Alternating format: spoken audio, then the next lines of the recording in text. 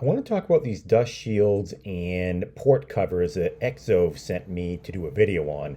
This is for our Xbox S series, and it's really handy for me. I keep my Xbox in my basement, and we have a wood stove down there, and it gets a little bit dusty, so this is going to help protect everything.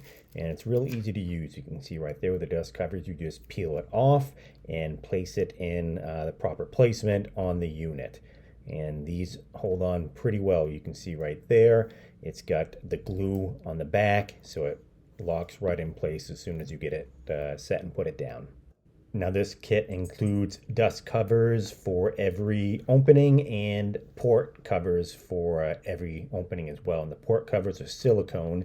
They're well constructed and they fit perfectly right in the applicable hole that you can see right here.